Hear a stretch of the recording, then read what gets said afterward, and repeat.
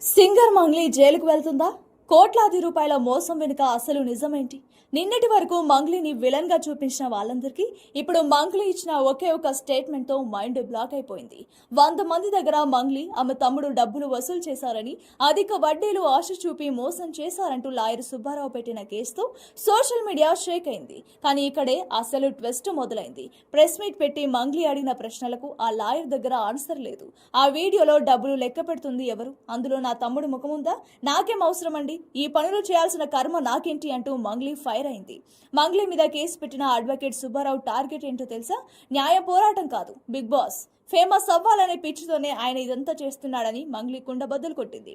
Next year big boss కి వెళ్తాను, anchor Sreemukhi అంటే నాకు చాలా క్రష్ అని లాయర్ స్వయంగా చెప్పిన మాటలను మంగ్లీ బయటపెట్టింది.